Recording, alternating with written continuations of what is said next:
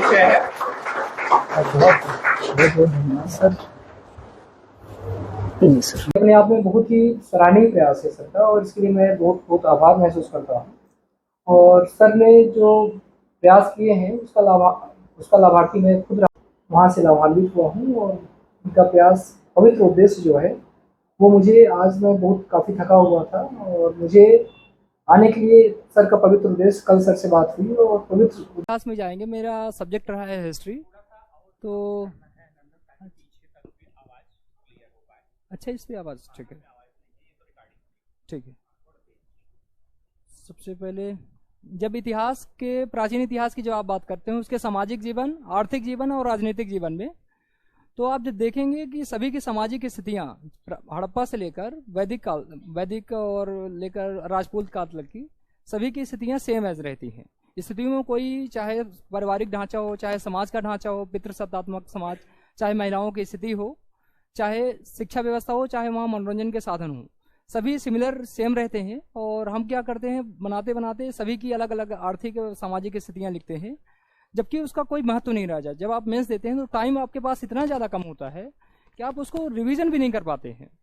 तो इसके लिए आप एक ब्लैंक शीट बनाइए सर। एक मुझे पेन में मौका मिलेगा तो ज़्यादा बढ़िया से एक्सप्लेनेशन होगा।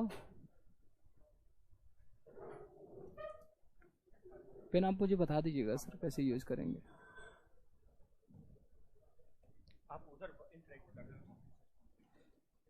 कि आप एक सीट, A4 साइज में सीट बनाइए, उस पर लिखिए कि हड़प्पा सभ्यता से आपका स्टार्ट होता है, हड़प्पा, वैदिक, फिर इसके बाद आप मौर्यन पीरियड में जाते हैं, फिर मौर्योत्तर, फिर गुप्तोत्तर, फिर राजपूत काल।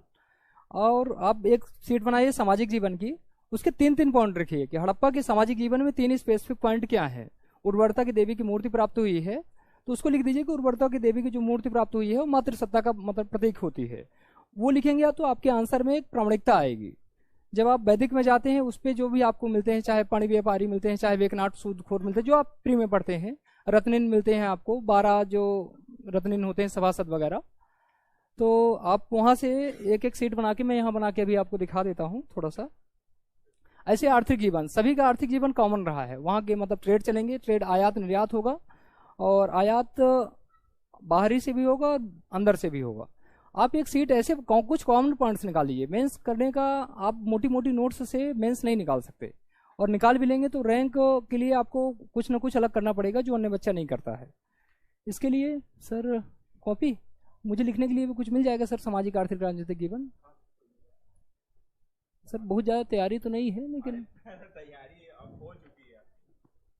अभी देखो, ये भी होता है कि रैंक अभी लगे 1 महीना हुआ है।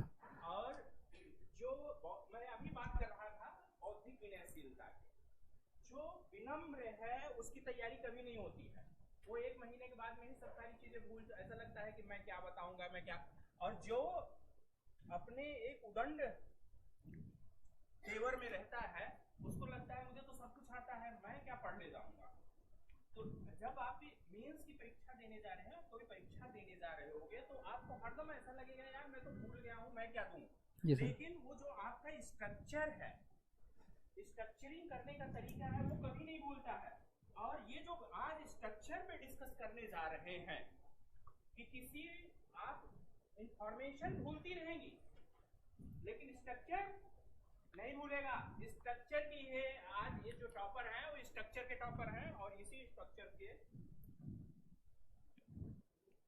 सर जैसे इंट्रो लिखने में सबसे ज्यादा परेशानी होती है, तो आज आप एक मूल मंत्र लिख लीजिए आप लोग, सब लोग, कि जैसे आप लिख रहे हैं मौर्यन पीरियड का इंट्रो, तो उस पर आप जिस स्रोत से जानकारी मिलती है, अगर आप अशोक लिख रहे हैं तो केवल आप ये लिखिए कि अशोक के शिलालेखों से अशोक के शासनकाल के बारे में जानकारी मिलती है।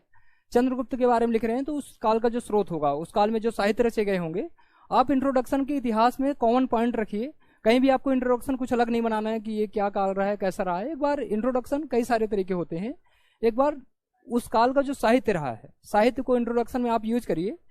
फिर आप देखते होंगे कुछ, जैसे अशोक के बारे में रोमला थापर ने कुछ कहा होगा, अशोक के बारे में अन्य जो जैसे प्राचीन मध्यकालीन इतिहासकारों ने जो कहा, आप कोटेशन पढ़ते हैं। जैसे सल्तनत युग का अकबर कहा है एल्फिस्टन ने ये फिरोज शाह तुगलक को। तो आप वो यूज करिए। और ऐसे ऐसे हर शासक के बारे में एक एक कीवर्ड रखिए जो किसी विद्वान ने कहा है, किसी विदेशी लेखक ने कहा है। जैसे फाहियान अगर आता है तो फाहियान ने मालवा की जलवायु को सर्वश्रेष्ठ जलवायु के रूप में कहा है, तो वो शब्द फाहियान को आप हाईलाइटेड करिए और उसके बारे में वो चीज़ लिख दीजिए। इंट्रो का मतलब जो झंझट है वो आपका समाप्त हुआ। कंक्लूजन में विजन, उसको करंट से रिलेट करिए। जैसे इतिहास है तो उसको हमको लगता है कि हम कैसे करंट से रिलेट कर लेते हैं। जैसे आप पढ़ते होंगे इतिहास में कि अन्नागार की प्राप्ति हुई है। अन्नागार बफर स्टॉक से आप मतलब लिंक करिए कि बफर स्टॉक जो वर्तमान में है वो अन्नागार के समतुल्य था। और जैसे स्वच्छ भारत मिशन चल रहा है तो हड़प्पा की एक स्वच्छता आप विशेष पढ़ते हैं नगरीय नियोजन में, तो आप स्मार्ट सिटी करंट, आप किसी भी आंसर में जब आप एंडिंग करें तो उसमें करंट का कुछ न कुछ मैटर होना चाहिए। क्योंकि 8000 लोग मेंस लिखेंगे और लगभग 200 लोगों का सिलेक्शन होगा। रैंक उसमें से लगभग अगर टॉप 10 को मतलब डीसी रैंक मिलती है तो कुछ न कुछ आप अपनी कॉपी को अलग करेंगे तभी वो कॉपी अलग दिखेगी अलग से बहुत सारे लोगों से, और मार्क्स जाहिर सी बात है वो बेहतर आपको मिलेंगे। और सामाजिक आर्थिक राजनीतिक जीवन, जैसे यहाँ लिखा है मिश्र संस्कृत को उद्भव, इस पर आप हर टॉपिक में थोड़ा गूगल कर लीजिए, इसमें कोटेशन डाल दीजिए करिए। जैसे मिश्र संस्कृति है तो आप डालेंगे तो कुछ दोहे वगैरह आ जाएंगे एक आध की। जैसे हमने रविन्द्रनाथ टैगोर को मैंने तैयार किया था कि हेथाय आर हेथाय नार हेथाय द्रविड़ चीन सकहुण दल पठान मुगल एक देहो हलोलीन। इससे बढ़िया मुझे नहीं मिलता कि यहाँ आर्य भी हैं, यहाँ नार भी हैं, यहाँ द्रविड़ भी हैं, यहाँ चीन भी हैं, यहाँ शक भी हैं, हूण भी हैं, कुषाण भी हैं, और सब एक देह में मिलकर एक साथ मतलब यहाँ निवास कर रहे हैं। तो ऐसे कुछ अलग करने के लिए आपको किताबों में हर चीज़ नहीं मिलेगी। जैसे कुछ चीज़ें आपकी शॉर्ट हो जाएंगे तो कुछ अलग चीज़ें इनरिचमेंट के लिए आप अपने पास रखिए। और इंट्रो के लिए आप स्रोत इतिहास में कोई भी क्वेश्चन आएगा, जैसे धन निष्कासन आ रहा है तो उसमें दादा भाई नौरोजी की पुस्तक आप यूज करिए, बुक से बढ़िया कोई नहीं है। जैसे सियासतनामा में एकतादारी व्यवस्था के बारे में विवरण दिया है जो हम प्री में पढ़ते हैं। औरंगजेब का शासनकाल आया तो उसमें लिखिए कि तारीख आलमगिरी में इसकी, जैसे आलमगिरी एक किताब है औरंगजेब के शासनकाल में, तो उसके बारे में आप लोग लिख लीजिए। जैसे स्रोत का ये पता चल गया, इंट्रोडक्शन और कंक्लूजन। जैसे सामाजिक आर्थिक राजनीतिक जीवन एक ढांचा जैसे हो गया। जैसे बहुत ज़्यादा सर पहली बार लिख रहा हूँ तो आप लोग समझिए।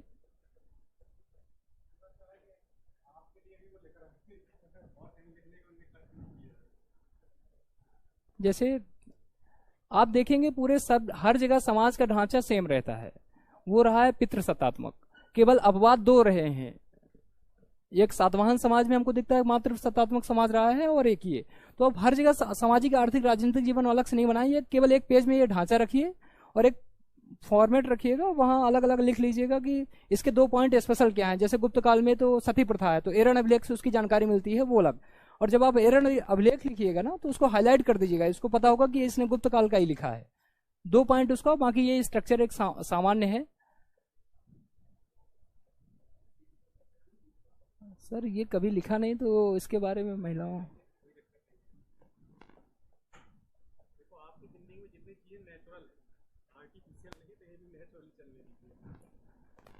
बाल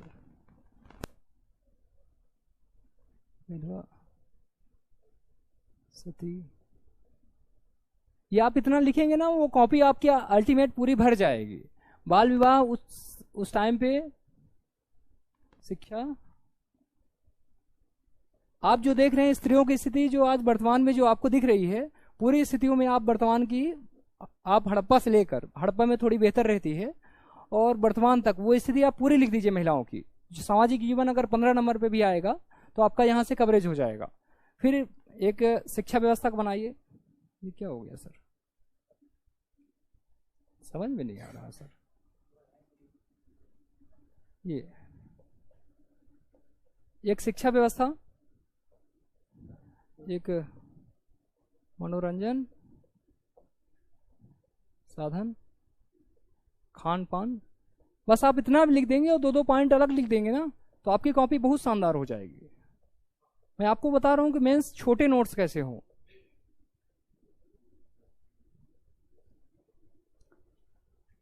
बस ये 5 पॉइंट, क्योंकि 9 लाइन की स्पेस है, आप अपने आप में महसूस करिए कि आप 9 लाइन में कितना लिख सकते हैं। हमारे पास मैटर बहुत ज्यादा रहता है, आप इनमें से मतलब 3-4 पॉइंट ऐसे यूज करके 2 पॉइंट जो आप अलग से बनाएंगे, एक मतलब A4 साइज में शीट में 2 पॉइंट लिखिएगा और उसको हाईलाइट कर दीजिएगा। पूरा सामाजिक जीवन कहीं से भी हमको कुछ भी नहीं पढ़ना है, केवल इतना लिख के, और हमको अपने हिसाब से खान पान रहन सहन हर जगह शाकाहार मांसाहार साथ में रहता ही है कि हाँ शाकाहार कुछ नाम लिख दीजिएगा कि हाँ खाद्यान्न भी खाते थे, मांस का भी सेवन करते थे, जौ खाते थे, जो भी आपको मतलब लगे। और मनोरंजन के साधन हर जगह थे, पहले घुड़दौड़ होती थी, रथ दौड़ होती थी, चौसा होता था, पासे होते थे। आप कुछ भी करके लिख के जो वर्तमान में मनोरंजन के साधन, अगर नहीं समझ में आएगा तो लिख दीजिए कि मनोरंजन के साधन भी थे, ये भी मतलब वहाँ मनोरंजन के साधन का भी प्रयोग किया जाता था। सामाजिक जीवन इतना हुआ, और आर्थिक जीवन का एक ढांचा लिख लीजिए। सर इसको कट कहाँ से करेंगे, इसको देख लीजिए। बस 1 यूनिट में आपका टाइम लूंगा, इसके बाद केवल ब्रीफिंग चलेगी। अच्छा बस सर, बस 1 मिनट में इनका ढांचा, आर्थिक जीवन का एक ढांचा। जैसे आप व्यापार बना रहे हैं, आपको कुछ भी ये नहीं याद करना, केवल व्यापार में ऐसे कॉलम बना देना है। एक बार आंतरिक व्यापार होता होगा और एक बाह्य व्यापार। फिर व्यापार के साथ आपकी मुद्रा व्यवस्था चलेगी। एक आपकी जो एग्रीकल्चर सिस्टम चलेगा कृषि वाला, तो सभी आप किसी भी काल को उठाकर देखेंगे, हर काल में एग्रीकल्चर में कृषि ही मुख्य भागीदारी में रही है। और पशुपालन वगैरह अगर आपको डालना हो तो वो डाल दीजिए। 9 लाइन की स्पेस में आप इससे ज़्यादा नहीं लिख सकते। और कृषि हो गया, पशुपालन, मुद्रा व्यवस्था, व्यापार, और जैसे कर व्यवस्था जब आपको डालना हो तो यहाँ पर डाल सकते हैं आप, अगर आपको डालना ही है तो। और पोर्ट्स वगैरह जो होते थे जहाँ से हमारा निर्यात होता था, अगर आपको पोर्ट्स का नाम नहीं ध्यान है तो मैप बना के कहीं कहीं डैश मार दीजिएगा कि हाँ ये पोर्ट्स हैं। कोई भी नहीं पड़ता, और कोई भी काल होगा अगर वहाँ व्यापार हो रहे हैं तो बहुत सारे पोर्ट्स से होंगे, और एक किताब में एक पोर्ट्स लिखा रहता है, दूसरी किताब में अलग अलग पोर्ट्स लिखे रहेंगे। बस ये आर्थिक जीवन का ढांचा। 2 पॉइंट्स आप हर काल के अपने पास स्पेशल रखिएगा, उसको हाईलाइट करने के लिए उसको ब्रैकेट में पैक करेंगे। मैं कॉपी दिखाऊंगा आपको कि ब्रैकेट में आप कैसे पैक करेंगे, वो कॉपी रहेगी। बस आप लोग थोड़ा सा वेट कर लीजिए। राजनीतिक क्या है, मैं कुछ आपके काम का अगर मिल पाए कुछ भी आपको इससे, तो सबसे पहले एक ढांचा होता है। आप कहीं का भी शासन देखेंगे कि एक केंद्र का होता है, एक प्रांत का होता है, एक स्थानीय होता है। ये कहीं का भी ये ढांचा कहीं भी फिट हो जाएगा। फिर राजस्व प्रशासन होगा, फिर सैन्य होगा, राजस्व हो गया, सैन्य हो गया, और फिर इसके बाद जो गुप्तचर वाली प्रणाली होती है, फिर न्याय प्रशासन होता है। ये न्याय में 2 फौजदारी और दीवानी। राजस्व व्यवस्था कृषि मुख्य रहती है, और टैक्स 2 प्रकार के होते थे। हम डायरेक्ट नगद के रूप में दे सकते थे, और कुछ अन्य के रूप में हम देते थे, जो अलग अलग जगह सिस्टम चलते थे। सैन्य में आप जितना भी जानते हैं, एक का याद रख लीजिएगा, किसी भी शासक की सैन्य व्यवस्था याद कर लीजिएगा, और उसको एक फॉर्मेट में रख लीजिएगा कि इनके पास चतुरंग बल सेना थी, रथ भी थे, घोड़े भी थे, हाथी भी थे, और घुड़सवार, जो भी मतलब सिस्टम है। और सैन्य का लिए एक विशेष अधिकारी होता था, और एक विशेष अधिकारी जो डायरेक्ट राजा को रिपोर्ट करता था। और सैन्य शक्ति के कारण ये लोग इतने बड़े साम्राज्य का निर्माण किया। हर चीज का एक एक पॉइंट बस याद रखिएगा, एक ढांचा, और उसको सभी आंसरों में आप यूज करिएगा। बस इतना करिएगा कि कोई भी काल अगर पूछा है ना, तो उसके जो शुरुआती पॉइंट्स होंगे 2, उसको आप हाईलाइट करिएगा और ब्रैकेट में ऐसे पैक कर दीजिएगा कि हाँ उसको समझ में आ जाए कि ये गुप्त काल की व्यवस्था है। अगर हम मौर्य काल में लिख रहे हैं तो लिख दीजिए चाणक्य ने 9 प्रकार के दास बताए हैं, जो भी मतलब सिस्टम है। और मेगास्थनीज का विवरण लिख दें कि मेगास्थनीज ने इस समाज के बारे में विवरण दिया है। बस सांस्कृतिक जीवन में कुछ नहीं होता, कला का है तो स्थापत्य कला, चित्रकला, मूर्ति कला, इन सब के बारे में वो देख लीजिए आप लोग। सोर्स वगैरह के बारे में दिक्कत है क्या? सोर्स वगैरह, तो सोर्स भी मैं बता देता हूँ। आप प्राचीन भारतीय इतिहास के लिए एक RS शर्मा की देख सकते हैं किताब, बस हो गया। ये ध्यान रखिएगा, किसी भी किताब जो आप पढ़ते हैं तो उसके बाद बहुत सारे लोग आपको आएंगे और बताएंगे कि आप ये वाली किताब पढ़ लीजिए, इसमें ये चीज़ अच्छी दी हुई है। हर किताब जो भी आप पढ़ रहे हैं आपके सिलेक्शन के लिए काफ़ी है। ये चीज़ मुझे पहले बताई गई थी लेकिन मुझे नहीं समझ में आया था, क्योंकि मैं इतिहास और भूगोल से BA किया था मैंने। तो आप लोग एक अगर NCERT को पढ़ लेते हैं और उसको 2 बार, 3 बार, 4, 5 बार पढ़ लीजिएगा, तो इससे आपका काम बहुत आसानी से हो जाएगा। और जितना PSC के लिए चाहिए, क्योंकि आप खुद देखिए ना कि आपको इतिहास पढ़ना पड़ता है इतना, वहाँ टाइम आपको मिलता है लिखने का, केवल एक 11 नंबर का सवाल आता है। वो सवाल फिक्स होते हैं, जब आप पढ़ने लगते हैं तो आपको एक इंट्यूशन से आता है कि गुप्त काल से प्रश्न बनेगा ही बनेगा, हड़प्पा से प्रश्न बनेगा। दूसरा, शासकों में 4-5 अशोक हो गया, कनिष्क हो गया, और चंद्रगुप्त मौर्य, विक्रमादित्य, समुद्रगुप्त। इसके अलावा प्रश्न प्राचीन भारत में कोई शासक है ही नहीं कि उनसे प्रश्न बने। और हम हर एक, अगर तोरमाण को भी तैयार कर रहे हैं उसको भी 15 नंबर 11 नंबर के हिसाब से तैयार कर रहे हैं। तो आप देखिए प्रीवियस ईयर क्वेश्चन, इसमें कौन कौन सा प्रीवियस ईयर क्वेश्चन रिपीट हुआ है। आप देखेंगे उठा के जो प्रीवियस ईयर क्वेश्चन, तो गुप्त काल का जो स्वर्ण काल कहा जाता है, गुप्त काल प्राचीन भारतीय इतिहास का, लगभग 4 से 5 बार रिपीट हुआ है क्वेश्चन, और 11 नंबर में रिपीट हुआ है। प्रीवियस ईयर क्वेश्चन का आप समझिए कि आपके सिलेक्शन में सबसे बड़ा योगदान है। ना कि कोई इंस्टीट्यूट है, ना कोई मतलब संस्थान है, ना कोई भी आपको नहीं उतना गाइड करेगा जितना प्रीवियस ईयर क्वेश्चन करेगा।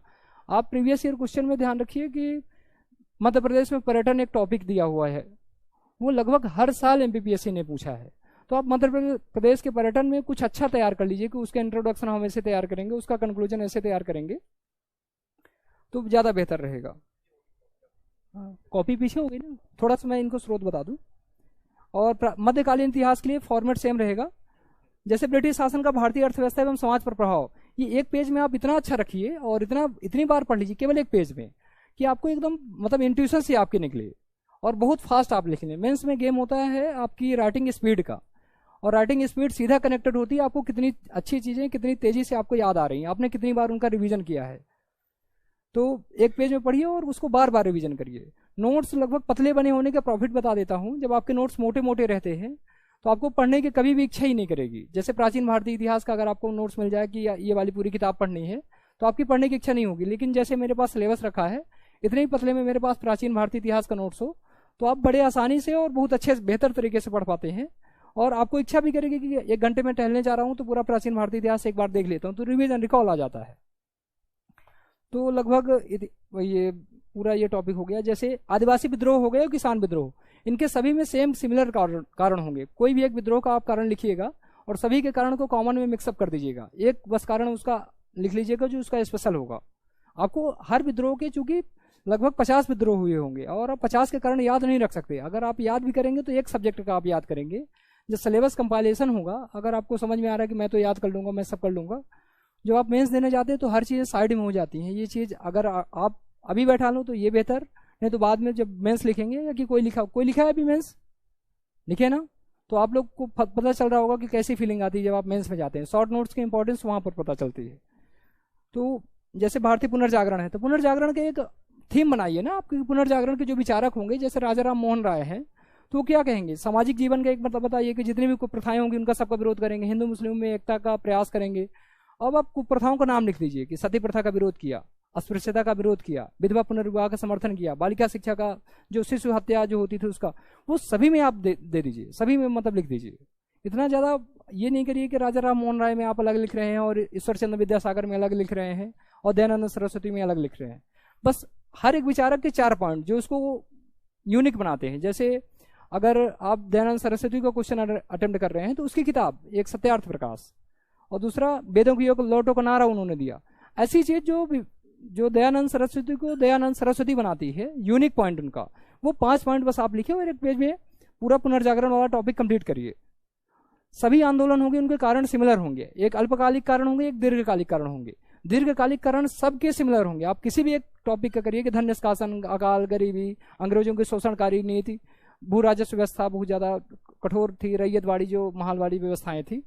और हम हर आंदोलन के अलग अलग कारण नहीं याद रख सकते, तो कुछ हमको कारण और प्रभाव और प्रसार, इसके कार्यक्रम कौन से। गांधी जी की एक रणनीति थी जिस रणनीति के तहत गांधी जी पूरे आंदोलन करते थे, उस रणनीति को आप लिख लीजिए और गांधी के जो भी आंदोलन आए उस रणनीति में पूरा आप छाप दीजिए।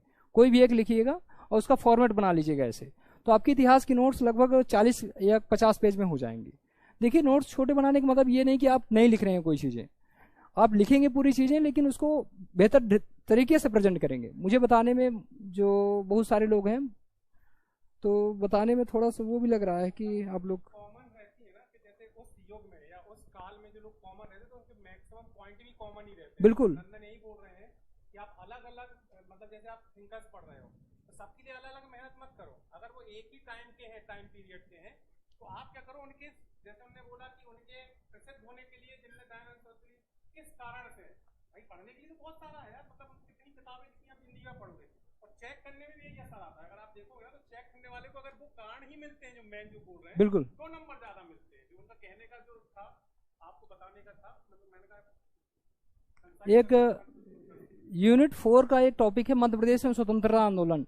इसको हमको नहीं पढ़ना है, इसमें केवल एक बुंदेला विद्रोह, एक झंडा सत्याग्रह, एक बुंदेला विद्रोह पढ़ना है और एक झंडा सत्याग्रह। बाकी जो आप भारत में स्वतंत्रता आंदोलन पढ़ते हैं उसके साथ उसको लिंकअप करिएगा, सेम कारण रहेंगे, सेम प्रभाव रहेंगे, और केवल 2 नेतृत्वकर्ता याद रखिएगा।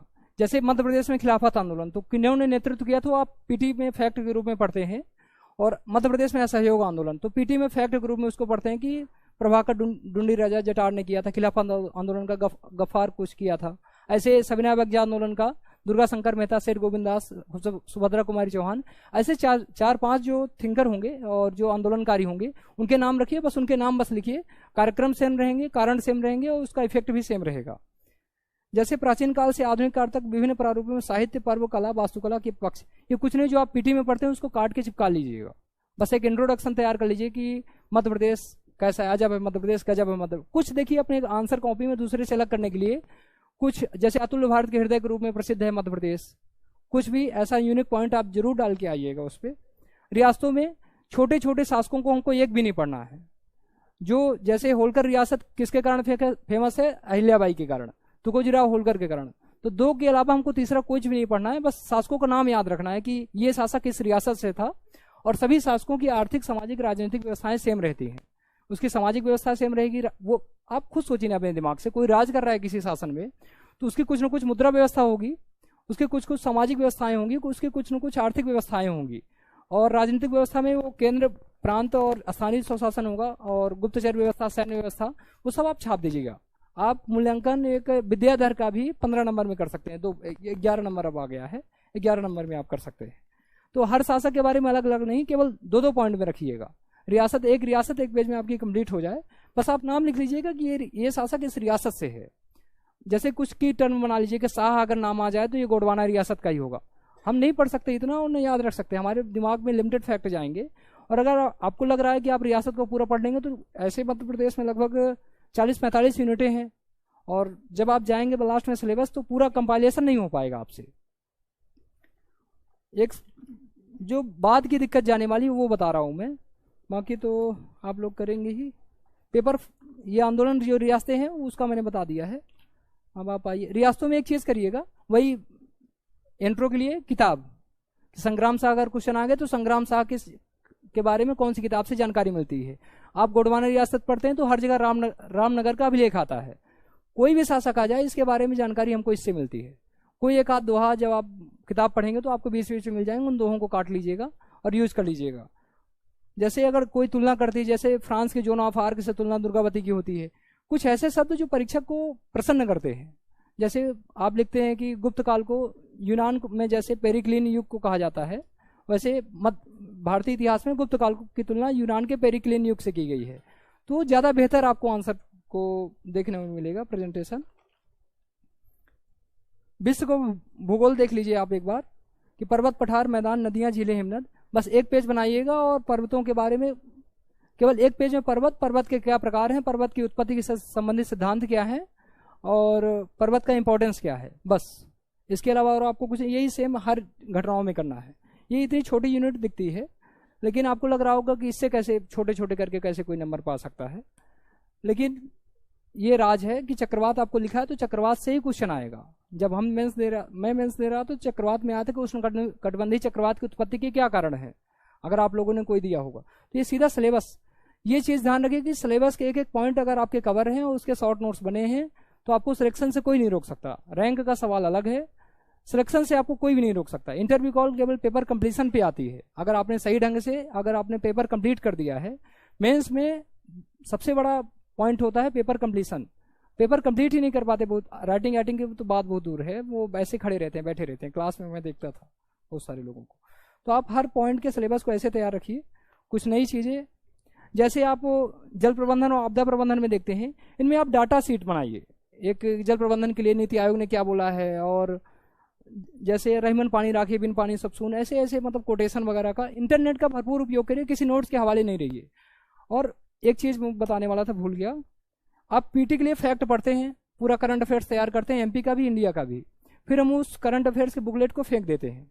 ऐसा नहीं करना है अपने को कि एग्रीकल्चर एक टॉपिक आपके इकोनॉमिक्स में होगा और एग्रीकल्चर से जुड़े पूरे पॉइंट्स आप यूज करिए कि एग्रीकल्चर पॉइंट मेंस में यूज करने के लिए कि पशुपालन से जुड़ी कौन कौन सी योजनाएं हैं वो आप करंट से मेंस के अपने नोट्स में आप उसको डालिए। जो बाजार में बहुत सारे नोट्स हैं उसमें वो चीज़ें नहीं डली होंगी, और जो नए नए डाटा हैं, चूंकि अब पेपर में नए नए डाटा का पूछ रहा है कि खाद्यान्न उत्पादन में कौन सा स्थान है मध्य प्रदेश, अभी कोई एडिशनल मेंस हुआ था उसमें एक क्वेश्चन नहीं आया था। और कुछ की टर्म जैसे आप डिजास्टर मैनेजमेंट हो गया, तो जैसे आप सुन लीजिए करिए कि डिजास्टर मैनेजमेंट से संबंधित मोदी जी की स्पीच, तो अच्छे अच्छे कीवर्ड्स देते हैं, जैसे आपदा विक्टिम टू आपदा वॉलंटियर, आपदा मित्र, हर चीज में मित्र लगा दीजिए कि स्वास्थ्य मित्र हो गया, पोषण मित्र हो गया, तो जैसे जल सखी हो गया, जल सहेली हो गया, तो वो बेहतर। मध्य प्रदेश में जैसे आप जल प्रबंधन के लिए पढ़ेंगे तो 2 केस स्टडी डालिए। जैसे मध्य प्रदेश के लिए हलमा अभियान चलता है जो लगभग 1 लाख या 1.5 लाख लोग जाते हैं वहाँ, तो आप उसको केस स्टडी के रूप में प्रेजेंट करिए कि हाँ हलमा अभियान यहाँ चल रहा है, अमृत सरोवर अभियान चल रहा है, और जैसे बोरी बंधान भी अभियान चलता है, तो उसको केस स्टडी के रूप में आप लोग प्रेजेंट करिए। ये जीआईएस, जीपीएस और सुदूर संवेदन, इसके लिए तो एक मतलब मानक स्रोत है। आप डायरेक्ट जाइए इसरो की वेबसाइट में और जितने भी नए उपग्रह लॉन्च हुए हैं उसको देख लीजिए। और जैसे जीपीएस वगैरह के प्रोग्राम में आप लोग अपने सिलेबस के जितने पॉइंट्स होंगे ना, एक बार राज्यसभा टीवी का जो प्रोग्राम आता था पहले, संसद टीवी अब हो गया है देश देशांतर और आरएस टीवी विशेष, उसका एक बार जरूर यूज करिएगा। उसमें जो मैटर दिए रहेंगे वो आप एक बार देख लेंगे और उसको लिख लेंगे अपने में शॉर्ट में, तो वो ज़्यादा बेहतर रहेगा। बाकी 4-5 चीज़ें और बता देता हूँ, फिर कॉपी के माध्यम से हो जाएगा। वो आपके लिए मेहनत करके आए थे, बकायदा एक नोट करके लाए कि बताना क्या है, और ये मतलब खुद का मोटिवेशन है कि आपको उन्हें, मैंने कहा हर जैसे बड़ी बड़ी कोचिंगों में तो हर कोई चला जाएगा, वो बता के ही आएगा। मेरा विजन था, सर का पवित्र इतना उद्देश्य है।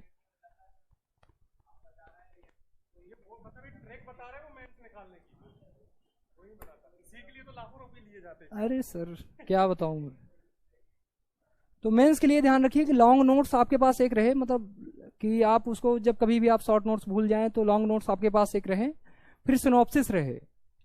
और ये ध्यान रखिएगा कि लॉन्ग नोट्स और सिनॉप्सिस, फिर लॉन्ग नोट्स आपके हट जाएंगे, लॉन्ग नोट्स कभी पढ़ने का टाइम नहीं मिलेगा। मैंने हर सब्जेक्ट की लगभग 6 बार नोट्स बनाई है और मेरे पास केवल 6 फोल्डर आज भी हैं। जब मैंने मेंस लिखा था तो केवल 6 फोल्डरों से लिखा था, और उसके बाद मुझे ज़रूरत भी नहीं पड़ी कि अलग से फोल्डर। और 3 मार्कर के लिए लूसेंट से कवर कर लीजिए। आपको लग रहा होगा कि लूसेंट एक मतलब बोल रहे हैं 3 मार्कर के लिए आसान चीज़ है, आप पिछले क्वेश्चन उठा के देख लीजिए, एक एक पॉइंट लूसेंट के 3 मार्कर से आए, चाहे ताराबाई हो चाहे दीवानी इंसा हो, हर चीज़ वहाँ जाके भूल जाता है एग्जाम। जब हम जाते हैं तो ग्यारसपुर आए थे क्वेश्चन, मुझे उस पर डाउट हो गया था कि ग्यारसपुर ग्वालियर में है विदिशा में है, मैंने गलत सोर्स पढ़ लिया था, लगभग पुड़ेकर का एक स्रोत था उसमें ग्वालियर लिखा हुआ था, और बार बार मेरे दिमाग पे वो स्टक करे कि ग्वालियर ग्वालियर ग्वालियर। तो आप किसी स्रोत को वेरीफाई भी कर लें कि गलत सोर्स से आप लोग नहीं पढ़े। और 3 मार्कर के लिए लूसेंट मोर देन सफिशियंट है, जितनी चाहिए। और 5 मार्कर की तो सर कोई भी तैयारी नहीं करनी है, एक फॉर्मेट बनाना है, ढांचा बनाना है, और आपको 3 फैक्ट जो पता होंगे उनको बस ब्रैकेट में पैक करके हाईलाइट कर देना है, उसको दिखा देना है कि मुझे इस बारे में पूरी जानकारी पता है। मैं कॉपी दिखाऊंगा आपको, मैं आपको दिखाऊंगा। एक चीज इतिहास के क्वेश्चनों में आप लोग ध्यान रखिए, मैपिंग का यूज करिएगा। मैंने 2020 के जब इतिहास का पेपर आया था, लगभग उसमें पूरे पेपर में 27 मैप का यूज करके आया था पेपर फर्स्ट में। आपको दिख रहा है भील विद्रोह आया पेपर में, आपको लगेगा भील विद्रोह में कैसे मैप बनेगा। आप साइड में करके एक छोटा सा ऐसे मतलब मैप बना के ब्रैकेट में पैक करके ये छोटा सा बनाइए कि पश्चिमी घाट वाले क्षेत्र में भील विद्रोह हुआ था। ऐसा करने से कुछ होगा नहीं, लेकिन आपकी कॉपी जो आपके पहले वाली जो कॉपी होती है ना उससे अलग हो जाएगी। ये ध्यान रखिए, आपके जैसे 20 लोग जाएंगे एग्जाम देने, तो 19 लोगों से आपकी कॉपी अलग कैसे हो वो करना है हमको मेंस में। और 7000 कॉपी होंगी। अब डिप्टी कलेक्टर बनने के लिए लगभग जो आप सब हर लोग व्यक्ति डिप्टी कलेक्टर ही बनना चाहता है। 8000 कॉपियाँ रहेंगे। अभी इस बार 10,000 लोग मेंस लिखेंगे, उनमें से कुछ व्यक्तियों का लगभग 27 पोस्ट हैं, 24 का मेन वाली लिस्ट में चयन होगा। और आप सोचिए कि इतनी सारी कॉपियाँ रहेंगी, आपकी अलग कैसे कॉपी हो।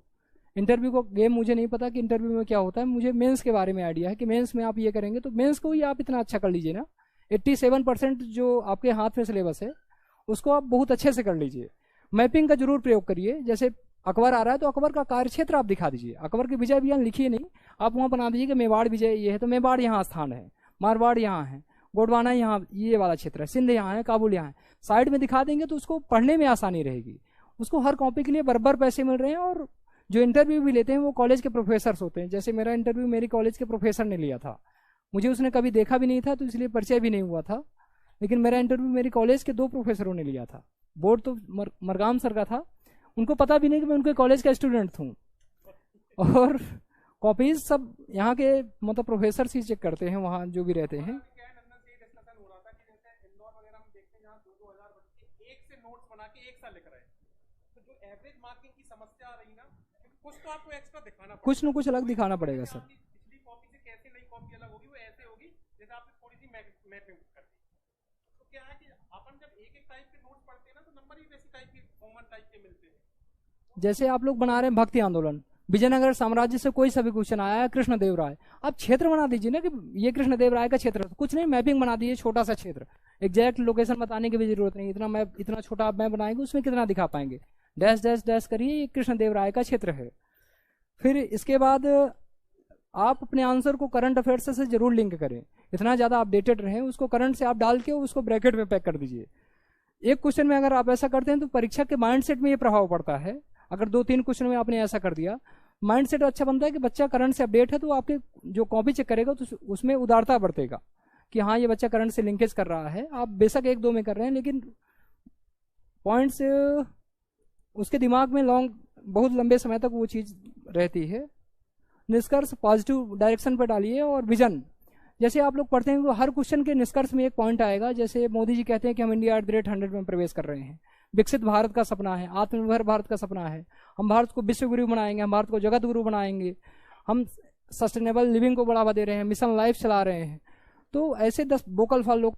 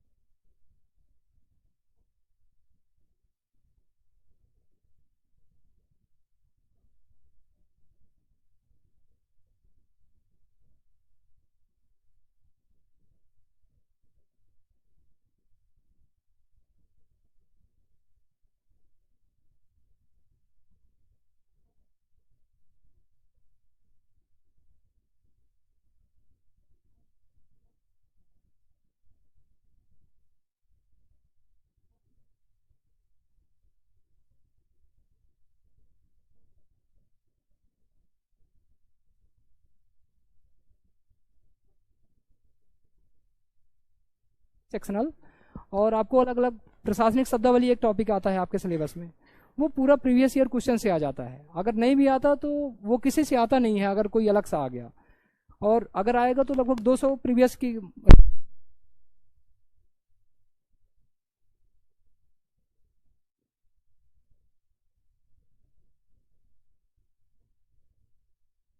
मतलब तैयार करके हिंदी के लिए चले जाएंगे।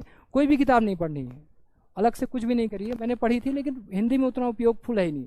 सिलेबस में एक क्वेश्चन लिखता है तत्सम शब्द क्या है, एक जगह तद्भव शब्द क्या है, और उन दोनों में फिर तीसरा क्वेश्चन आएगा कि उन दोनों में अंतर क्या है। एक जगह पूछेगा अनुप्रास अलंकार क्या है, एक जगह पूछेगा श्लेष अलंकार क्या है।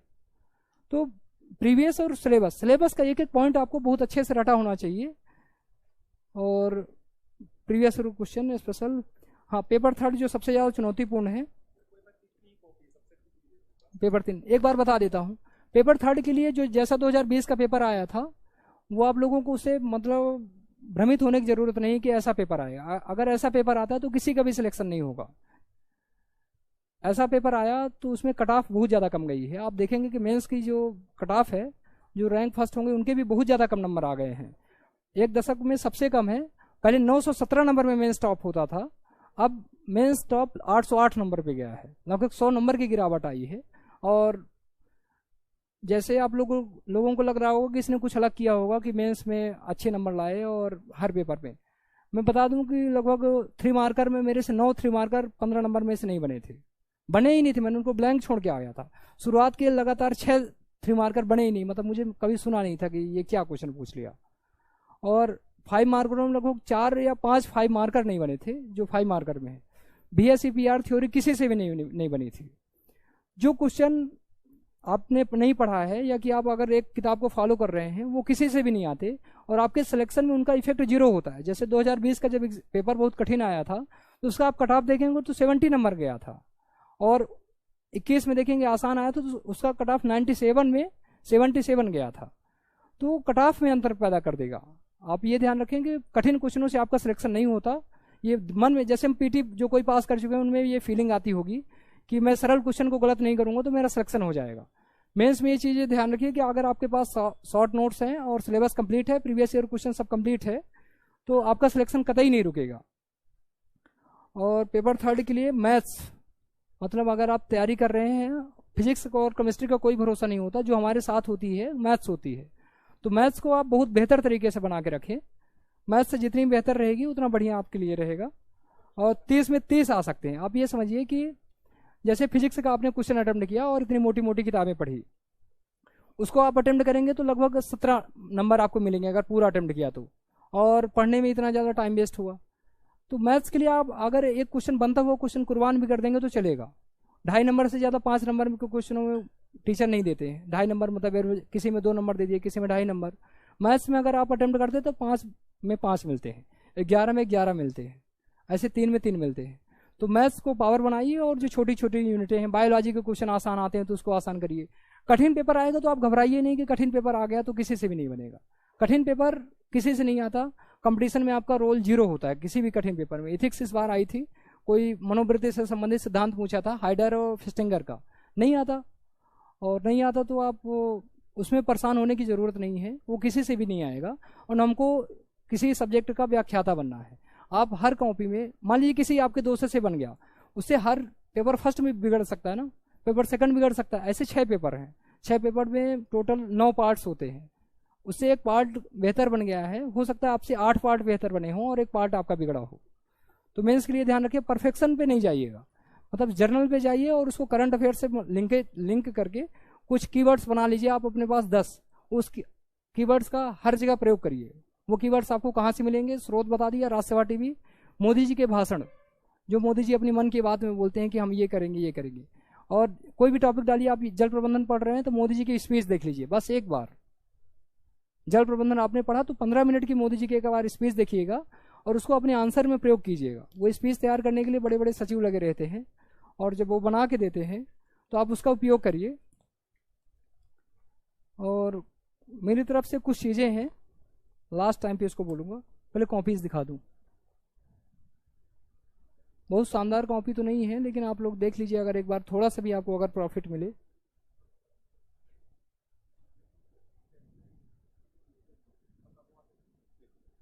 ठीक है, इसको सर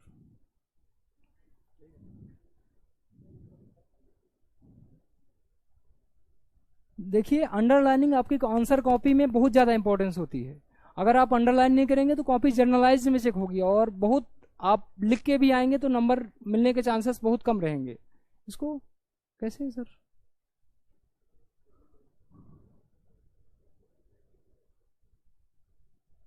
एक बार बस फाइनल ही है सर।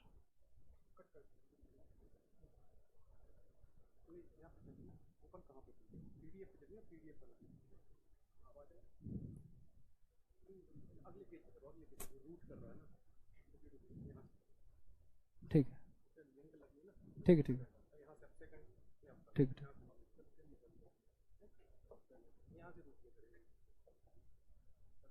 सर एक बार कॉपी दिखा देता हूँ मैं सबको, दिखा दूँ, ठीक है।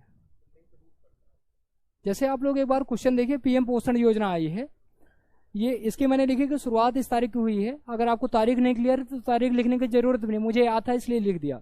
डैश बनाया मिड डे मील के स्थान पर, मिड डे मील को मैंने हाईलाइट किया, इसको भी है। आप देखेंगे 3 मार्कर में उसको कुछ करने की जरूरत नहीं पड़ रही, 3 अलग अलग डायमेंशन गए हैं और डायमेंशन उसको दिख रहे हैं कि इसने प्रावधान लिखा है, इसने महत्व लिखा है और अंडरलाइनिंग भी है। 3 मार्कर अगर आप बेहतर कर जाते हैं तो आपके कॉपी के एक इंप्रेशन बहुत शानदार पड़ता है, तो आपके 5 मार्कर और 11 मार्कर बहुत शानदार तरीके से चेक होते हैं। और जैसे मैंने लिख दिया प्रावधान इस यार, तो सॉरी सर, सॉरी, अच्छा यहाँ से, ठीक है सर। जैसे तिथि भोजन है तो तिथि भोजन को मैंने हाईलाइट कर दिया, स्कूल न्यूट्रिशन गार्डन के बारे में था, प्री प्राइमरी के बच्चों को भी शामिल किया गया था। ऐसे महत्व क्या होगा ये आपको अपने से फॉर्मेट डिसाइड करना पड़ेगा कि किसी भी योजना आ गई, कोई भी टॉपिक आ गया तो मैं यहाँ क्या क्या लिखूंगा, अलग अलग क्या पॉइंट्स रहेंगे। जैसे NHA, मुझे इसके बारे में नहीं पता है कि क्या है, लेकिन मुझे इसका फुल फॉर्म बस पता है, नेशनल हेल्थ अथॉरिटी। तो हेल्थ से जुड़ा ही कोई कार्य करेगी। हम ऐसे संगठनों का हर कोई का नहीं याद रख सकते कि इसकी स्थापना कब हुई, कब, ये कौन से विभाग के अंतर्गत आता है, इसका स्ट्रक्चर क्या है। एक कॉमन पॉइंट बनाइए, वो उससे भी आपको मतलब नंबर मिल जाएंगे, मतलब 3 नहीं देगा तो 2 देगा, 2 नहीं देगा तो 1.5 देगा। जैसे आप देख सकते हैं एक बार कॉपीज को, जैसे बोर्डलॉग पुरस्कार आया था तो 1971, और बस इसमें से इतना पता था कि क्रिस के क्षेत्र में दिया जाता है, बस हो गया। तो महत्व तो आप अपने से क्रिएट कर लीजिए। तीसरा पॉइंट नहीं क्रिएट हो तो उसका महत्व लिख दीजिए, इसका इस क्षेत्र में विशेष योगदान रहा है। बस 3 पॉइंट उसको दिखना चाहिए कि ये बंदा 3 पॉइंट लिख रहा है, और अपने पॉइंट्स में ये कॉपी डल जाएगी यहाँ, तो आप देख लीजिएगा। जैसे 3 डायमेंशन देने के लिए हाईलाइटेड चीजें मैं आपको दिखाना चाह रहा था, बाकी कॉपी टेलीग्राम में डल जाएगी, तो आप देख लीजिएगा। हर जगह अंडरलाइनिंग आपको कॉपी में दिख रही होगी, और एक पढ़ने में थोड़ा बहुत दिख रहा होगा कि हाँ स्पष्टीकरण है इस पे पढ़ने में।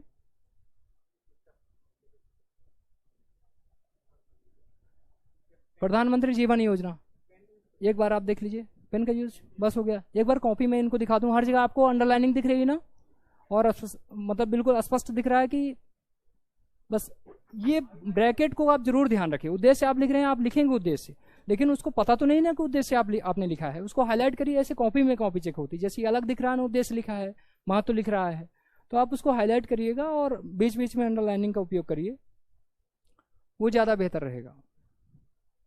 5 मार्कर एक बार आप लोगों को कॉपी फाइनल दिखा देता हूं। जैसे ये आया कूनो राष्ट्रीय उद्यान, आपको इसके बारे में पूरा फैक्ट पता है, लेकिन साइड में बना दीजिए कूनो राष्ट्रीय उद्यान, एक छोटा सा मैप, उसको दिख जाएगा। दूसरे व्यक्ति से कॉपी आपकी अलग हो जाएगी और आप हर चीज लिखेंगे। कूनो नेशनल पार्क आया क्यों पेपर में, आपको ये समझ में आना चाहिए कि ये कोई न्यूज में रहा होगा। जैसे कूनो में कुछ चीतों को लाया गया, तो आप उसको पहले ही पॉइंट में डालिए कि कूनो अभी चीता पुनर्वास हुआ है यहाँ, और वो चीज हम नहीं डालते हैं। जैसे एरण आएगा तो एक नव पाषाणकालीन स्थल है, सती प्रथा के साक्ष्य मिले हैं, ये हमको लिखना जरूर। सागर जिला हम पहले लिखते हैं, सती प्रथा वाला भूल जाते हैं जब ज्योग्राफी में अटेम्प्ट करते हैं। तो अनाच्छादन आप एक बार देख लीजिए कॉपी को, सर एक बार इसको ग्रुप में डाल दीजिएगा इनको। जैसे अब यहाँ ध्यान रखिए, जैसे आयुष चिकित्सा पद्धति के समक्ष उत्पन्न चुनौतियां क्या हैं। भारत की पारंपरिक चिकित्सा पद्धति आयुष के समक्ष कई चुनौतियां हैं, जैसे संस्थागत समर्थन की कमी। तो मैंने हर जगह हाईलाइट किया होगा, उसको पढ़ने की जरूरत नहीं होगी। जैसे संस्थागत समर्थन है तो इसको लिख दिया, मैंने हाईलाइट कर दिया है। कुशल पेशेवर, मानक, विनियामक तंत्र, आयुष पद्धति को, ये हर चीज हाईलाइट है। लास्ट में मैंने ये भी लिखा है, उसने चुनौतियों पर प्रकाश डालिए। लास्ट में निष्कर्ष लिखने का वो नहीं था, तो मैंने प्रयास लिख दिया था कि राष्ट्रीय आयुष मिशन और आयुष मंत्रालय बनाया गया है आयुष के जो चुनौतियां हैं उसको समाधान करने के लिए। और ये पॉइंट्स जब आप डालते हैं 7 पॉइंट्स, तो उसके दिमाग में रहता है कि बच्चे ने 7 पॉइंट लिखा है। जब आप पॉइंट्स में उसको दिखाते हैं कि 1 2 3 4 5 6, तो वो बहुत कम नंबर आपको नहीं देता। एक एवरेज मतलब अगर 2 नंबर नहीं देगा, 2.5 देगा, 3 देगा, 3.5 देगा, जो भी होगा उसकी मर्जी, लेकिन एक इंप्रेशन सही, बहुत फास्ट लिखी जाती। जैसे एक आग मलेरिया रोग के लक्षण, तो आप जैसे आइडेंटिफाई कर दीजिए ना कि एक लक्षण पूछे तो हम लक्षण को हाईलाइट कर दिए। उसने पूछा उपचार, तो उपचार को मैंने हाईलाइट कर दिया। ऐसे रोकथाम, तो रोकथाम को हाईलाइट कर दिया। फिर बोला कार्यक्रम, तो कार्यक्रम को हाईलाइट लिखेगा हर कोई, लेकिन ये मतलब आपको प्रैक्टिस करना है कि हमको उसको ब्रैकेट में पैक करना है, उसको दिखाना है कि भैया मैंने लिखा है ये चीज।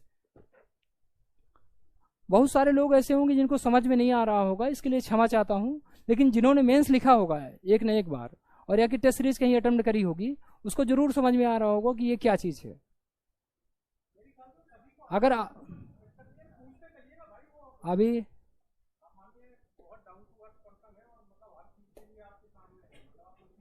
जैसे अभी डाउट उनके सेशन हो, जैसे राजा रमन्ना प्रगत प्रौद्योगिकी संस्थान है, तो इसके मैंने लिख दिया कि इसके इंदौर में है और करंट अफेयर्स का जो भी नॉलेज है और इसमें क्या क्या कार्य होते हैं उसका इंपॉर्टेंस वगैरह करके देख लिया। आपको फॉर्मेट थोड़ा सा देखना है कि किस फॉर्मेट से होता है, अंडरलाइनिंग हर जगह होती है कि नहीं होती है, फॉर्मेट कॉपी में दिखाना है।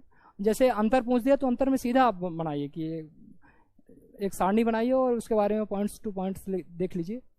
सर मेरे हिसाब से जैसे आगे पवन ऊर्जा के क्षेत्र आया है पेपर में ना, तो साइड में आप मैप बना दिए कि पवन ऊर्जा संभावित ये क्षेत्र है, डैश डैश बना के। मैप बनाते समय एक चीज़ ध्यान रखिएगा कि आपके आंसर से वो अलग दिखे तो एक लाइन बना दीजिएगा। मैप यहाँ पर कभी भी नहीं आता, कोई भी अगर जियोग्राफी का स्टूडेंट होगा मैप साइड में आता है और मैप को साइड में बना के डैश डैश करके यहाँ लिखा जाता है। इसको ऐसे ही नहीं तीर में नहीं बनाना है कि ये पवन ऊर्जा क्षेत्र है, आप डैश बना के बनाइएगा। क्योंकि मैपिंग में ज्योग्राफी का अगर टीचर होता है वो मैपिंग में डैश डैश करके आप किसी किताब में देखेंगे तो उसमें लिखा रहता है ऐसा। जैसे उद्देश्य हो गया और क्या है, ऊर्जा लेखक उद्देश्य क्या है, प्रभाव क्या है, ये ब्रैकेट और प्रेजेंटेशन का बस इशू है, बाकी कुछ नहीं है। 15 नंबर का 11 नंबर वाले, अरे मुझे बहुत ज़्यादा अनुभव नहीं है। ये 11 नंबर का आ गया क्वेश्चन। टीकाकरण का महत्व बताते हुए भारत में टीकाकरण के इतिहास पर प्रकाश डालिए। मैंने टीकाकरण की एक बेसिक 11 नंबर का क्वेश्चन है, एक फॉर्मेट ध्यान रखिए। शरीर में रोग कारकों से सुरक्षा हेतु दिए जाने वाले रासायनिक पदार्थ टीके कहलाते हैं। एक सिंपल सी परिभाषा दे दी, टीकाकरण का महत्व बताया। तो महत्व को जो क्वेश्चन पूछा ना तो उसको आप ब्रैकेट में पैक करके हाईलाइट करना ही करना है। और फिर मैंने 7-8 महत्व बताए होंगे। फिर इतिहास के लिए कुछ कॉपी में अलग करने के लिए एक मैंने ऐसा बताया कि ये ऐसे ऐसे कार्यक्रम चल रहे हैं। 1978 से स्टार्ट किया, फिर 1985 फिर मिशन इंद्रधनुष, फिर ये कोविड से मैंने उसको करंट से लिंक कर दिया। आपकी जो किताब होगी उसमें नहीं लिंक किया होगा कि उसको करंट से हमको लिंक करना है, या आपको दिमाग में याद ही रखना है कि हमको करंट से लिंकेज करना ही है क्या। और कुछ न कुछ आपकी कॉपी अलग रहे, चाहे फ्लो चार्ट के फॉर्म में, चाहे डायग्राम के फॉर्म में, चाहे किसी भी फॉर्म पे। अब इसको मैंने फिर यहाँ लिख दिया होगा कि साइड में ऐसे बना के कि कौन कौन से कार्यक्रम है, कौन कौन से टीके लगते हैं इस पे, और ये खत्म कर दिया। लास्ट में लिखा होगा कि निष्कर्षतः सार्वभौमिक टीकाकरण द्वारा भारत स्वस्थ भारत समृद्ध भारत, एक कीवर्ड हुआ। चूंकि हेल्थ का क्वेश्चन है, हेल्थ के लिए कीवर्ड हो गया स्वस्थ भारत और समृद्ध भारत के लक्ष्य को प्राप्त कर सकेगा एवं विश्व गुरु की ओर प्रशस्त होगा। कुछ नहीं है, 4-6 कीवर्ड आपको याद रखने हैं, हर क्वेश्चन में वो चीज चिपका के आ जानी है। उससे क्या होगा, हम इंडिया को विजन की ओर दिखा रहे हैं कि भारत विश्व गुरु है, भारत विकसित देश का सपना पूरा करेगा। सपना पूरा हो जाएगा लग रहा है मुझे। मैं निष्कर्ष आपको दिखा रहा हूं कि आपको करंट से लिंकेज कैसे करना है, समझ में अगर देखने से ज्यादा बेहतर से समझ में आएगा। जैसे बौद्धिक संपदा आईपीआर आता है, आपके सिलेबस में टॉपिक होगा, पॉइंट होगा। अतः बौद्धिक संपदा अधिकारों को बढ़ाकर भारत औद्योगिक क्रांति 4.0 का वैश्विक नेतृत्व कर सकता है। ये आपका एक कीवर्ड्स हो गया। औद्योगिक क्रांति 4.0 है ना, एआई और कोडिंग वगैरह के लिए इस पे। और एक बार आप प्रेजेंटेशन देख सकते हैं इसका, कोई भी कीवर्ड हो गया। जैसे इन्वायरमेंट के लिए कुछ अलग होंगे 6-7। जैसे निष्कर्षतः जैव ईंधन द्वारा भारत ऊर्जा सुरक्षा, सर्कुलर इकोनॉमी, बार बार मोदी जी बोलते हैं सर्कुलर इकोनॉमी, एवं किसानों की आय दोगुनी करने के लक्ष्य को प्राप्त कर सकेगा जैव ईंधन। तो ऐसे अपने पास रखिए कुछ झरोखा एक पेज का, और उसको बार बार पढ़िए, उसको हर आंसर में यूज करके आइए। चाहे 5 मार्कर होगा, चाहे 11 मार्कर में। आपकी कॉपी दूसरे से अलग केवल करंट के कारण बनेगी। और जहां पर चूंकि यहाँ पर नंबर टीचर देने का टाइम होता है, और यहाँ पर आपने अगर उसको इम्प्रेस कर लिया तो 5 की जगह 6 रख देगा, 6 की जगह 7 रख देगा, 1 नंबर ज्यादा ही रखेगा। और बस सर इतना। एक चीज आप लोग ध्यान रखिए, कभी भी एकाएक जंप करने पर प्रयास नहीं कीजिएगा कि हम एकाएक जंप करेंगे। मुझे जैसे इतिहास में आज 80 नंबर पा रहे हैं तो मुझे कल 95 नंबर पाना है, मुझे कल 2 नंबर ज्यादा पाना है, परसों 1 नंबर और ज्यादा बढ़ा लेना है, अगले दिन 1 नंबर और बढ़ाना है। आप अगर एक क्वेश्चन में, चूंकि 60 क्वेश्चन आते हैं, एक क्वेश्चन में 0.25 नंबर बढ़ा लेते हैं, अगर किसी भी मतलब पेपर में हर क्वेश्चन में 0.25 नंबर बढ़ाएंगे तो 60 क्वेश्चन एक पेपर में आते हैं। आप 15 नंबर बढ़ा सकते हैं एक पेपर में। ऐसे 6 पेपर होंगे तो 15 छक्का 90 नंबर आप बढ़ा लेंगे पूरे मेंस में। तो छोटे छोटे स्टेप को आप काउंट करिए, छोटा छोटा स्टेप जैसे आप टेक करेंगे तो बेहतर होगा। हम चाहते हैं कि जैसे हमको अभी 11 मार्कर में 6 नंबर मिल रहे हैं तो हमको 8 मिलने लगे। आप प्रयास करिए कि 6 की जगह 6.5 नंबर मिले और हर क्वेश्चन में आधा नंबर बढ़ जाए, तो ओवरऑल जो आपकी मार्किंग होगी वो जरूर बेहतर तरीके से होगी। लास्ट में मेरा मतलब एक आप लोगों को ये सजेशन है, बता रहा हूँ जो मैंने एक्सपीरियंस किया। कि जब आप वो करते हैं, जब आप जर्नी में रहते हैं तो जर्नी के दौरान आप अकेले रहते हैं और कई सारे ऐसे फैक्टर्स होंगे जब आपको बहुत ज़्यादा डिमोटिवेशन आएगा, ऐसा फील आएगा कि तैयारी आप छोड़ दें। सुबह आप एनर्जी के साथ तैयारी स्टार्ट करते हैं, लास्ट में आपको फीलिंग आती है कि तैयारी छोड़ दीजिए, और उस दौरान आपको सेल्फ मोटिवेट रहना पड़ता है कि आप अपने आप को कैसे सेल्फ मोटिवेट कर पाएँ। और लेकिन आप आगे बढ़िए, संघर्ष के दौरान आप हमेशा आगे रहेंगे और अकेले रहेंगे।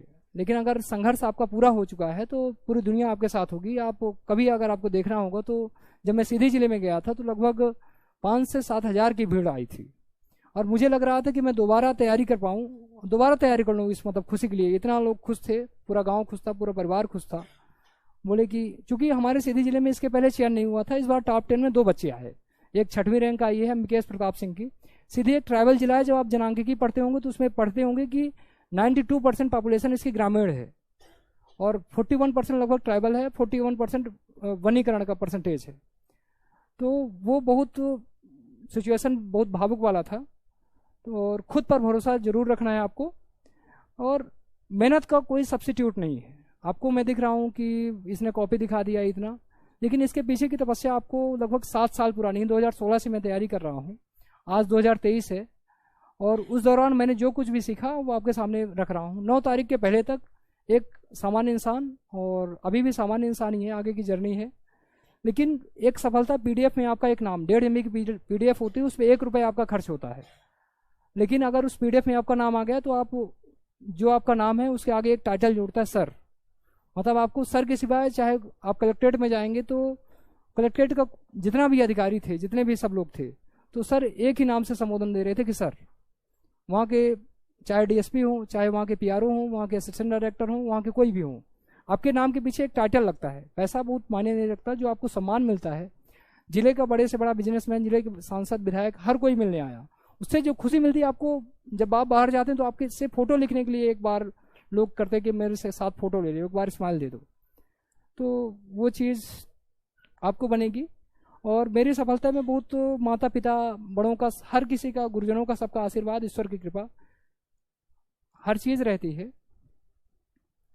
इस तैयारी में आप ध्यान रखिएगा, सेल्फ मोटिवेशन का कोई विकल्प नहीं है। आपको कोई भी रोज रोज मोटिवेट नहीं कर पाएगा, और बाहरी मोटिवेशन एक बहुत कुछ क्षण के लिए आप बना के रख सकेंगे। अंदर की आग को जगाइए और क्यों आना चाहते हैं उसको बरकरार रखिए। अगर ये रहेगा तो जी आजकल YouTube पे मैथ वाला डिस्कस किया था आपसे, जी मोटिवेशन गलत डायरेक्शन में जाता है। जी लोग बात क्या है, जिस चीज के लिए मोटिवेशन चाहिए, तो क्या होता है सोशल मीडिया एक ऐसा बन गया है कि वो मतलब मोटिवेशन जिस चीज के लिए मिलना चाहिए उसको छोड़ के और चीजों को लेकर मिलकर ज्यादा मोटिवेशन मिलता है। मैंने शायद कमेंट जी किया था, तो एक ये बताइए कि मोटिवेशन लेना तो अपने घर परिवार या परिस्थितियों को देख के लिया जा सकता है, जरूरी नहीं यूट्यूब से बैठ के लिया जाए। ये बिल्कुल सर ने बिल्कुल सही कहा कि मोटिवेशन आजकल तो पूरा शिक्षा जगत पूरा व्यवसायीकृत हो गया है। पैसे से हर चीज़ें खरीदी जा सकती हैं, हर चीज़ें कुछ भी किया जा सकता है। तो आप मोटिवेशन एक सही डायरेक्शन में मिले और सही जगह लें, वो ज़्यादा ज़रूरी है। मैं यहाँ आप लोगों से मिलने इसलिए आया कि मतलब मुझे पता चला कि कल स्कॉलरशिप यहाँ टेस्ट है, बहुत दूर दूर से बच्चे आए हुए हैं। मुझे लगा कि अगर थोड़ा सा भी किसी के जीवन में थोड़ा बहुत परिवर्तन भी आ पाए, मतलब मेरे कारण, वो बहुत बढ़िया है। और सर के उत्तम प्रयास के कारण मैं यहाँ आ पाया। कल मुझे टिकट भी नहीं मिल रही थी, वॉमिटिंग करते हुए मैं आया यहाँ, लगभग लास्ट मिनट में पहुँचा हूँ मैं वहाँ। और सर ने बताया कि कल आना ही आना है, और सर का इतना पवित्र उद्देश्य है वो मुझे खींच कर लाया। मैं लास्ट सेमिनार ये मेरा था, और मैं चाहता हूँ कि ये लास्ट ही रहे और अलग जगह में जाके स्ट्रेटजी वगैरह डिस्कस ना करूँ। और आगे की जर्नी के लिए आप लोगों को कोई डाउट हो तो आप लोग पूछ सकते हैं। डायरेक्शन सही जगह लीजिएगा और सही टाइम पे लीजिएगा।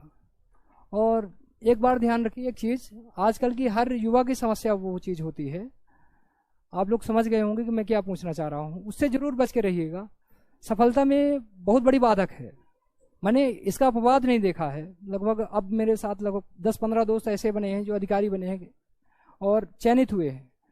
आपको हर चीज़ मिलेगी, हर चीज़ मिलेगी और धमाके के साथ मिलेगी। बस आप एक बार अपनी जो पढ़ाई है उसको कंटिन्यू करिए और उसके साथ न्याय करिए। बहुत ज़्यादा भटकाव है सर। मतलब आप ही जरूर है महानगरों में तैयारी कर रहे हैं। बाकी तो मेरे ख्याल से सभी पॉइंट कवर कर लिए गए हैं और आप लोग भी थक गए होंगे, आपके चेहरे बता रहे हैं। हालांकि थक गए क्या? अरे थकिए नहीं यार। थोड़ा क्या होता है ना, जब थोड़ा बोला जाता है ना तो कमेंट आने चाहिए सामने से। मुझे बहुत ज़्यादा अनुभव नहीं है स्टेज में बोलने का। आवाज़ इसलिए मेरी बहुत ज़्यादा लाउड नहीं होगी, मैं मतलब धीरे बोलना ज़्यादा पसंद करता हूँ। घर में अगर कोई तेज़ आवाज़ में बात करता है तो मुझे बहुत गुस्सा छोड़ता है, इसलिए आप लोगों को परेशानी जरूर गई होगी, मैं समझ सकता हूँ। इसमें माइक नहीं था, ये वो है, मुझे समझ में नहीं आया। आप लोग पूछ सकते हैं जो भी आपके डाउट हो, पूछिए आप।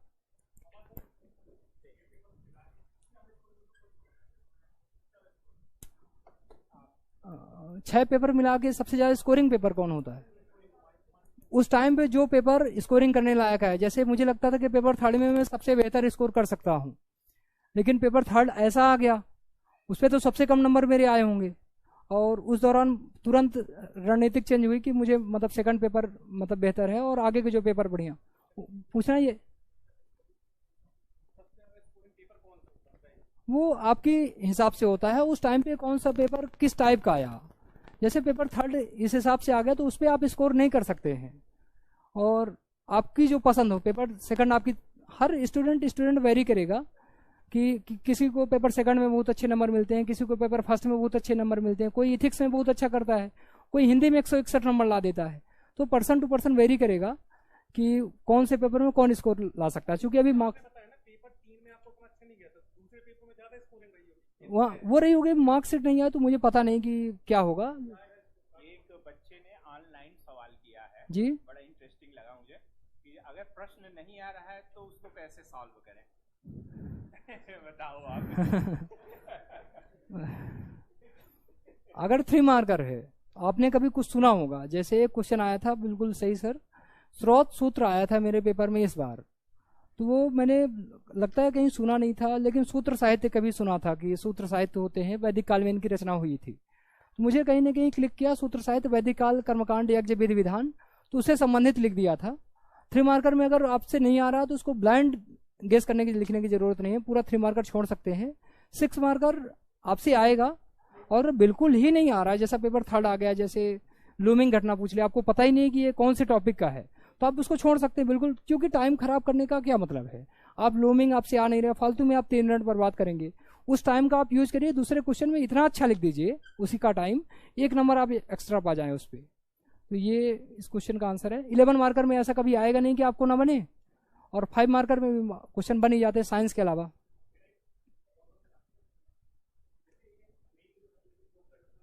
क्या? हाँ हाँ, जी जी, हाँ जी, उतना नहीं।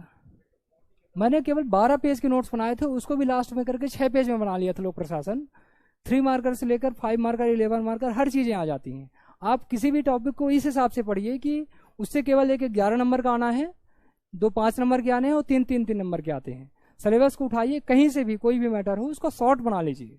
आप अगर बेंस लिखे होंगे तो उसके कीवर्ड्स आप नोट कर लीजिए। अंदर का कोई काम का नहीं होता, अंदर का आप कुछ भी लिख लेते हैं, केवल कीवर्ड्स हेडिंग वगैरह बना के आप उसको शॉर्ट बना के आप अपनी कॉपी में A4 सीट साइज में।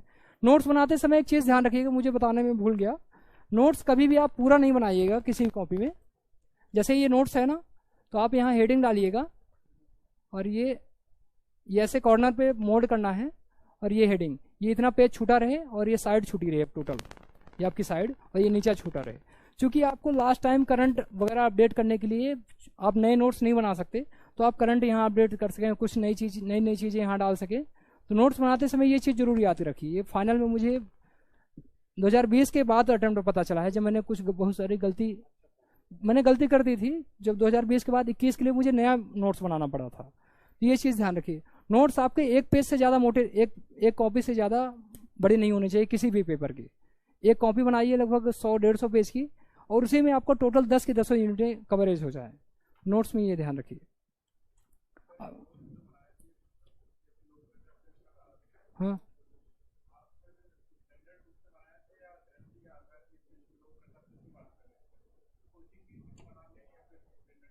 अरे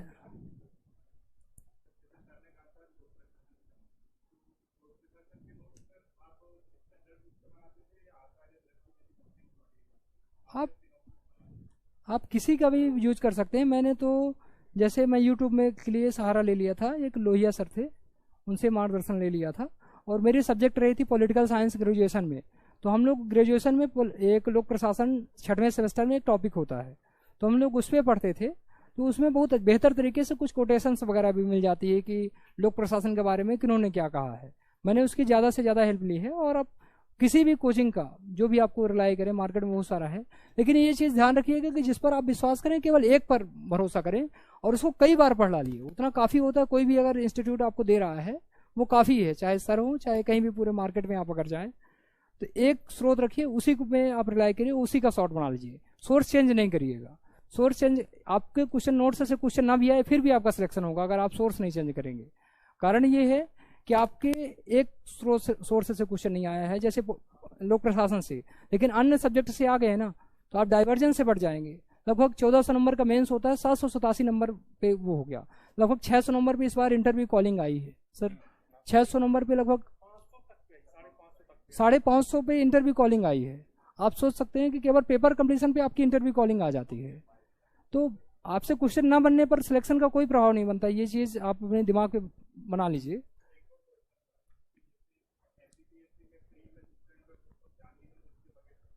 बिल्कुल बिल्कुल। हिस्ट्री और ज्योग्राफी के लिए लूसेंट एक रामबाण चीज़ है। जैसे एक क्वेश्चन आया था हमारे पेपर में ज्योग्राफी का कि भूकंप जो का मापक यंत्र है उसका आविष्कार किस वर्ष पर हुआ था, वो आपको लूसेंट पे मिलेगा। जब आप पढ़ते हैं चार्ल्स कौन थे मुझे याद नहीं आ पा रहा है, 1935 उसमें लिखा था कि रिक्टर स्केल का आविष्कार 1935 में किया गया था। और मेंस के 3 मार्कर में आया हुआ क्वेश्चन है कि आपने दिया था ना, मेंस आया था वो क्वेश्चन मेंस का 3 मार्कर के लिए। जो सिलेबस में पॉइंट दिए हुए है ना, आप लूसेंट को उतना कवर कर सकते हैं। इतिहास के लिए तो लूसेंट एक मतलब समझिए कि गीता टाइप की है, उससे बाहर का जाएगा ही नहीं। अगर जाएगा तो आपके सिलेक्शन पर उसका कोई इफेक्ट नहीं होगा, वो किसी से नहीं आता। क्वेश्चन जो बेसिक किताब में होते हैं अगर आप वो सही कर जाते हैं तो उससे आपका हो जाता है।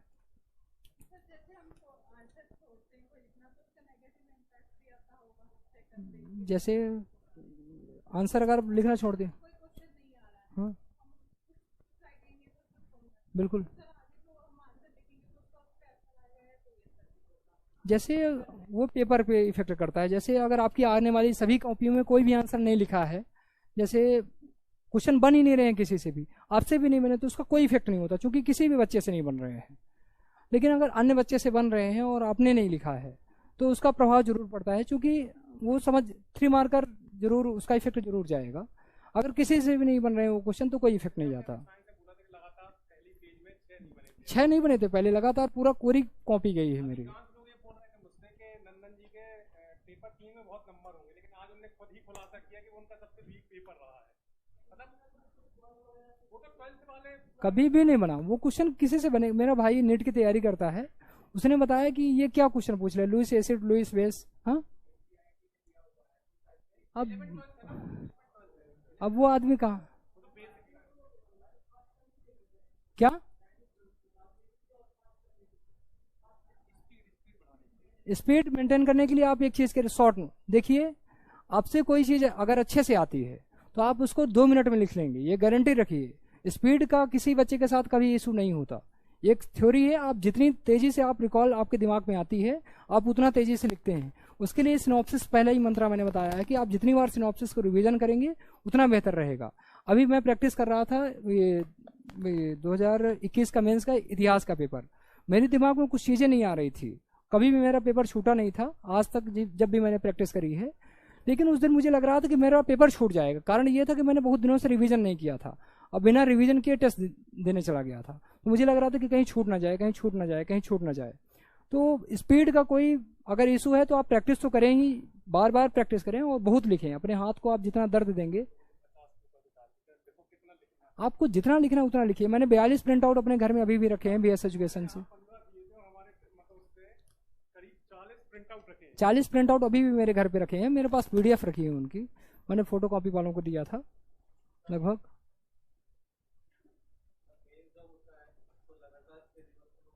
जी जी जी जी जी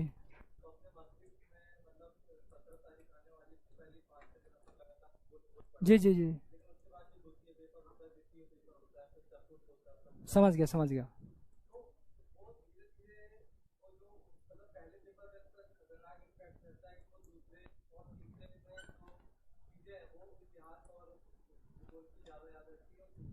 समझ गया, बिल्कुल बिल्कुल।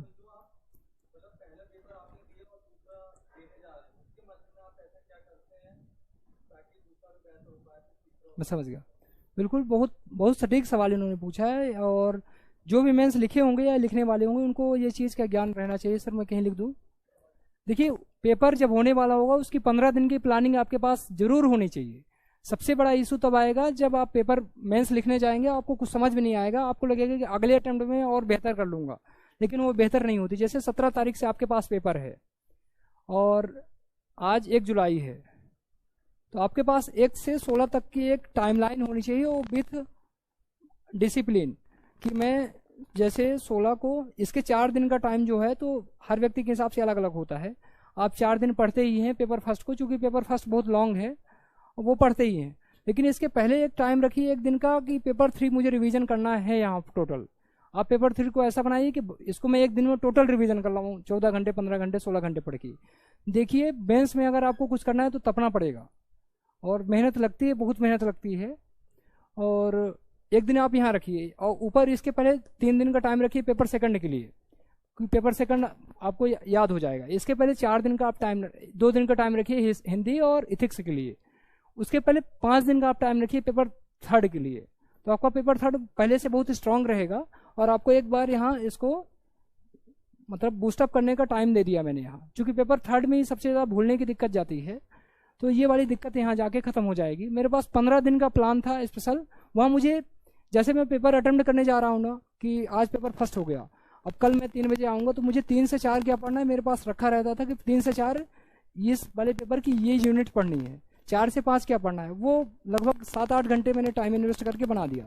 और मुझे क्या करना है, सुबह उठ के क्या करना है, ऐसा नहीं कि कुछ भी मिल गया तो कुछ भी पढ़ लो, बिल्कुल एक प्लानिंग होनी चाहिए और स्ट्रक्चर्ड वे पे होनी चाहिए, तब आप इसको अच्छे तरीके से मैनेज कर पाएंगे। सबसे ज़्यादा इशू जाता है हिंदी में रिवीजन करने में, हिंदी को कभी टाइम मिलता ही नहीं। 2 पेज की आप परिभाषाएं रख लीजिए, जैसे तत्सम तद्भव क्या है, तद्भव शब्द क्या है, प्रीवियस ध्यान रखिए।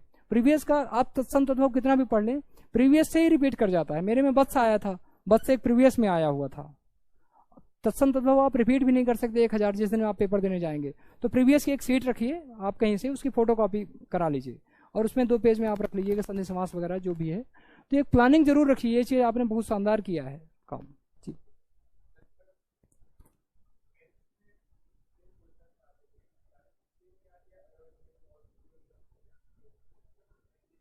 जैसे वो बुक से तो आते हैं, लेकिन कुछ क्वेश्चन ऐसे होंगे जो किताब में आपको नहीं मिलेंगे, डायरेक्ट फॉर्म पे नहीं मिलेंगे, लेकिन जब आप बुक पढ़ते हैं उसके बेस पर आपकी एक समझ बनती है, तो आप समझ के बेस पर उसका आंसर कर पाते हैं। जैसे एक क्वेश्चन आया था कि दक्षिण के नासूर ने औरंगजेब का विनाश कर दिया, ऐसा कुछ आया था, तो आप औरंगजेब की दक्कन नीति पढ़ते हैं और दक्कन नीति के परिणाम पढ़ते हैं, वो दूसरी भाषा में पूछ लिया कि दक्कन नीति के क्या परिणाम थे, बस उसने एक दक्कन नीति के दुष्परिणाम पूछ लिए एक स्टेटमेंट के फॉर्म पे, डायरेक्ट नहीं पूछा कि दक्कन नीति के क्या दुष्परिणाम थे, उसने पूछा कि दक्षिण के नासूर ने औरंगजेब का विनाश कर दिया या कुछ भी कर दिया।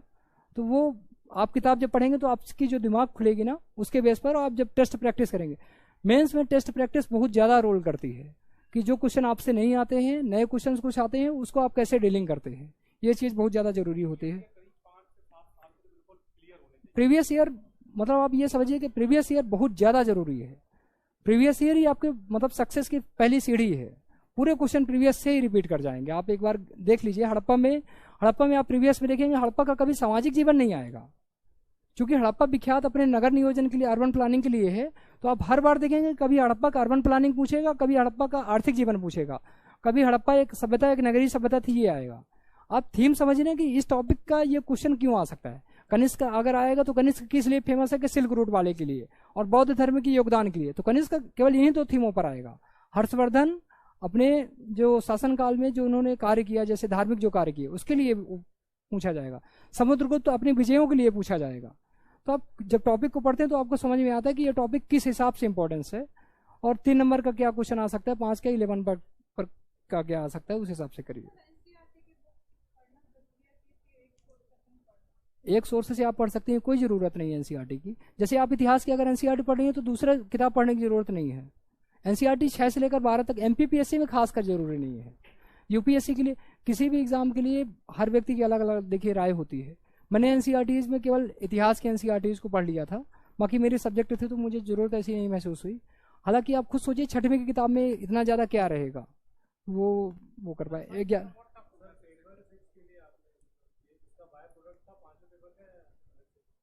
देखिए पेपर 6 के लिए निबंध में अगर अच्छे नंबर लेने हैं तो एक क्वेश्चन आया था भारतीय संस्कृत के आदर्श, और उसको मैंने अटेम्प्ट किया था, उसको करंट से रिलेट किया था।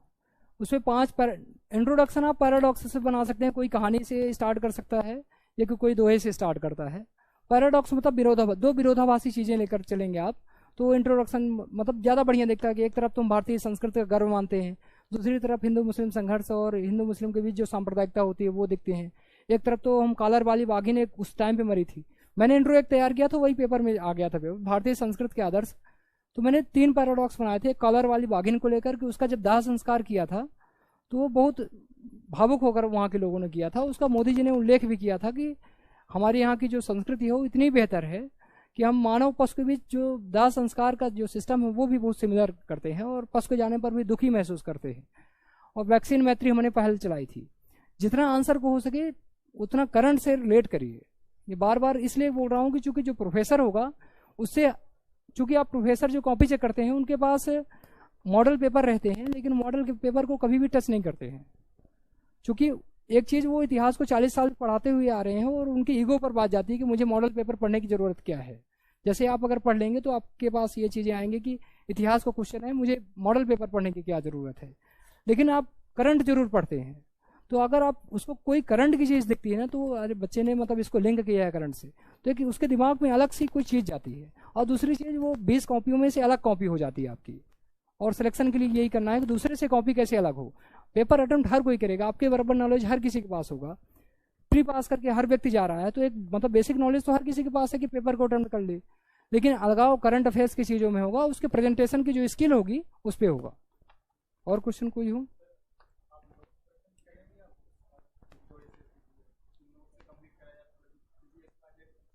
हाँ,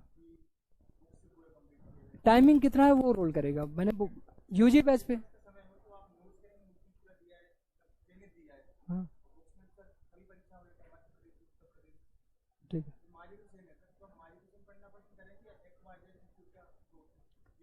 देखिए अगर आपको मतलब पढ़ाई 1 साल का पूरा टाइमिंग है तो आप एक बार बुक कर सकते हैं, नोट्स की मतलब नीड नहीं है। आप कोई एक सोर्स रखिए। अगर आप एनसीईआरटी पढ़े हैं हिस्ट्री की तो आपको बुक पढ़ने की जरूरत ही नहीं है, उसमें मोर देन सफिशिएंट मैटर है जितना आपको चाहिए। हर चीज हो जाएगी, आपको कोई अलग से कुछ करने की जरूरत ही नहीं रहेगी। कोई जरूरत नहीं है। मिडिवल के लिए सतीश चंद्रा आप पढ़ेंगे, उसके अलावा कोई जरूरत नहीं है। मॉडर्न के लिए आप स्पेक्ट्रम पढ़ेंगे और या कि विपिन चंद्रा, तो उसके अलावा कोई चीज जरूरत नहीं पड़ेगी आपको। देखिए हमेशा ये ध्यान रखिए कि आप शॉर्ट जो कट होता है ना उसके पीछे नहीं भागिए। शॉर्टकट में आपको घाटा भी हो सकता है, फायदा भी हो सकता है, लेकिन अपने भाग्य के भरोसे नहीं भागिए, अपनी मेहनत पर भरोसा रखिए। मेहनत अगर बेहतर है तो आप बेहतर कर सकते हैं। इसलिए बुक ज़्यादा बढ़िया है, क्योंकि बहुत सारे लोग नोट्स में जाएंगे, नोट्स में कुछ चीज़ें ऐसी होती हैं जो नहीं दी होती हैं, तो बुक ज़्यादा सही है। किसी के नोट्स मिले तो पहले खुद लिख के बनाओ। बिल्कुल बिल्कुल। मतलब आप एक चीज़ सोचिए ना, आपके पास एक बहुत अच्छी कॉपी आ रही है, मतलब बिल्कुल स्पष्ट लिखी हुई है और बहुत शानदार लिखी हुई, तो आपको उसकी पढ़ने की भी इच्छा होगी और मतलब उसको आप पढ़ेंगे तो आपको समझ में भी जल्दी से आएगी। तो बहुत अच्छी कॉपी विथ अच्छे कंटेंट के साथ रहेगी तो बिल्कुल मैटर करेगा। लेकिन अगर 2 में से मुझे चूज करना हो कि एक पेपर कंप्लीशन, एक प्रेजेंटेशन, एक राइटिंग, तो राइटिंग सबसे नीचे नंबर पर आएगा। पेपर कंप्लीशन सबसे पहली प्रायोरिटी होनी चाहिए, चाहे आप कैसे भी करके कंप्लीट करें। फिर इसके बाद प्रेजेंटेशन, फिर इसके बाद राइटिंग। राइटिंग तीसरे नंबर पर मतलब उसका रोल आएगा। रोल रहता है, ऐसा नहीं रहता कि रोल नहीं रहता। और आप कुछ पूछना चाहें तो बोले। एमपीपीएससी के लिए आप डायरेक्ट बुक पे जा सकते हैं, कभी रोल नहीं है। अब ये लास्ट क्वेश्चन हम लोग इसको वाइंड अप करते हैं। क्या? क्वेश्चन का रिपीटिशन भी हो रहा है। हाँ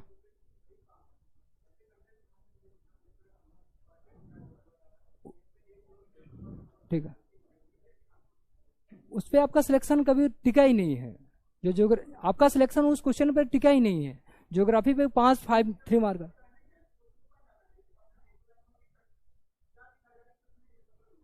जैसे आप ज्योग्राफी, मैंने तो लिख दिया था कि जैसे गुजरात की सीमा पर, चूंकि सतपुड़ा पर्वत है वहां पर जाके सकरा हो जाता है, तो मैंने मध्य प्रदेश गुजरात की सीमा लिखा था। लेकिन आप ध्यान रखिए उस क्वेश्चन के पीछे आप कभी जा ही नहीं सकते, मतलब वो क्वेश्चन आपके सिलेक्शन पर कोई इफेक्ट नहीं डालेगा। इसलिए आपको सबसे पहली चीज मैंने बताई थी, जो आपको लग रहा होगा कि ये क्वेश्चन कैसे हल करेंगे। जैसे आया था कि मत्स्य पालन की राजधानी कौन सी है, मुझे नहीं पता था कौन से जिले को कहा जाता है। क्विक वर्ड सैटेलाइट आया था, नहीं पता था। जो आप क्वेश्चन पूछ रहे हैं वो भी नहीं पता था। एक BW करके जलवायु को आया था, वो भी नहीं पता था। सैन जुआन नदी भी नहीं पता था। तो जब पूरा ब्लाइंड हो तो ब्लाइंड नहीं लिखिए। जैसे सैन जुआन नदी आपको पता ही नहीं तो आप क्या लिख देंगे उसके बारे में, और उसके चक्कर में गलत इंप्रेशन जाता है। और दूसरी चीज ये ध्यान रखिए, आपका टाइम जाता है, और टाइम बहुत, आप दूसरे क्वेश्चन को और बेहतर तरीके से अटेम्प्ट करिए, 3 की जगह 3.5 लाइए, तो थोड़ा थोड़ा कवरिंग करके वो ज्यादा बेहतर हो जाएगा। तो थोड़ा बहुत आया तो बिल्कुल लिखिए आप। जैसे बालाथल संस्कृति आई थी, तो उस पर एक कीवर्ड आया था संस्कृति, तो संस्कृत के बारे में मुझे जितना भी पता था हर चीज लिखाया था। क्योंकि बालाथल बस नहीं लिखा था कि ये कहाँ है, बाकी आप एक चीज ध्यान रखिए कि जैसे कहीं की भी संस्कृति होगी, उसको में एक मृदवान वगैरह पाए जाएंगे कि नहीं पाए जाएंगे। वहाँ की कोई मतलब सामाजिक व्यवस्था के बारे में जानकारी कुछ न कुछ कहीं मृदवानों से मिलेगी, कुछ अच्छी होगी। तांबे के बर्तन वगैरह पाए जाएंगे, हथियार वगैरह पाए जाएंगे, औजार वगैरह। कोई भी संस्कृति होगी उसके कुछ मतलब फिनोमिना होंगे। जैसे आप हड़प्पा संस्कृति है एक, तो हड़प्पा कई बालाथल पे छाप दीजिए, बस इतना कर दीजिए कि प्लेस का नाम नहीं उल्लेख करिएगा कि पूरा ब्लाइंड हो जाए। 1 आध नंबर वो दया करके दे सकते हैं वो। हाँ बिल्कुल, जितना क्वेश्चन पूछा क्वेश्चन का सीधा आंसर करना है आपको, टाइम बचा लेना है। जैसे उसने पूछा कि आयुष मंत्रालय की स्थापना कब हुई, सीधा 2014 लिख के आप आगे चले जाइए। WHO का मुख्यालय कहाँ है, तो सीधा लिखिए। उसके बारे में ये नहीं लिख रहे हैं कि WHO का ये उद्देश्य है, इसके ये संरचना है, ये कार्य है। हमने अभी जारी की और भी कर देंगे, एक बार आप लोग देख लीजिएगा सब्जेक्ट वाइज, मतलब कहने का मतलब है टू द पॉइंट लिखिए बस। यहाँ से चलिए अब अपनी बात कंप्लीट। काफी लोग आप लोग भी बड़े पेशेंस के साथ मेरे के साथ इस बात को सुना। आप लोगों के लिए जो जिस उद्देश्य के लिए यहाँ पे आए थे उसके लिए इंग्लिश मीडियम के बच्चे कितने हैं यहाँ पे, काउंट कर लो तो 1 2 3 4 5 6 7 बच्चे। तो हम लोगों ने ये प्रॉमिस किया था, उसमें पोस्टर में भी था कि अगर 25 बच्चे होंगे इंग्लिश मीडियम के तो हम लोग सेपरेट करेंगे बैच को, और कोशिश रहेगी कि हम लोग उसको सेपरेट करें बैच को आगे चल करके। तो हम लोगों की प्लानिंग में ये भी था कि 10 टॉपर्स को क्या करेंगे, एक चांदी के सिक्के को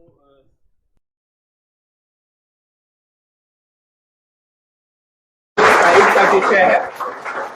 बहुत धन्यवाद सर। भगवान क्या है, अभी इन्हें कहा सफर खत्म नहीं हुआ है, आगे जाएंगे। हमारे ये सुनिए, अपने आप में बहुत ही सराहनीय प्रयास है सर का, और इसके लिए मैं बहुत बहुत आभार महसूस करता हूँ। और सर ने जो प्रयास किए हैं उसका लाभार्थी मैं खुद वहाँ से लाभान्वित हुआ हूँ। और उनका प्रयास, पवित्र उद्देश्य जो है वो मुझे, आज मैं बहुत काफ़ी थका हुआ था और मुझे आने के लिए सर का पवित्र उद्देश्य, कल सर से बात हुई और पवित्र। पहले मैं बताना चाहूँगा हमारे साथ नंदन जी हैं, जो 2nd हाईएस्ट मेंस मार्क्स लाए हैं MPPSC 2020 में, और उनकी 9th रैंक है, जो डिप्टी कलेक्टर पद पे चयनित हुए हैं। तो VS एजुकेशन और विक्रम सर्व शिक्षा समिति के थ्रू कैसे लाभान्वित हुए और कैसे इस मंच तक भोपाल तक आए, क्योंकि वो एक सीधी जिले से काफ़ी दूर से बिलोंग करते हैं। तो मैं चाहता हूँ कि नंदन जी 2 मिनट अपने बारे में बताएं और हमारे विभिन्न प्लेटफॉर्मों से उन्हें कैसे फ़ायदा हुआ और विभिन्न स्टूडेंट्स कैसे फ़ायदे में आ रहे हैं, ये बताएं नंदन जी। मेरा नाम नंदन कुमार तिवारी है, मैं सीधी जिले से हूँ। मैंने राज्य सेवा परीक्षा 2020 में 9वीं रैंक हासिल की है। और बात VS एजुकेशन से जुड़ने की है, तो मैं 2018 में मेरे मित्र सुभाष कुमार मिश्रा, जिनका अभी चयन हुआ है, उनके माध्यम से मुझे VS एजुकेशन के बारे में पता चला कि ये सोशल मीडिया प्लेटफॉर्म पर विभिन्न प्रकार के कंटेंट और जो गरीब बच्चे हैं उनकी मदद करने के उद्देश्य से ये चैनल शुरुआत की गई थी, इस चैनल की। अब विभिन्न शहरों में जो इनका जो टाइप होता है विभिन्न इंस्टीट्यूट में, वो बेहद अफोर्डेबल होता है और ये दूरस्थ क्षेत्र में शिक्षा पहुंचाने के लिए काफ़ी मतलब सराहनीय प्रयास किया गया है बीएस एजुकेशन की तरफ से।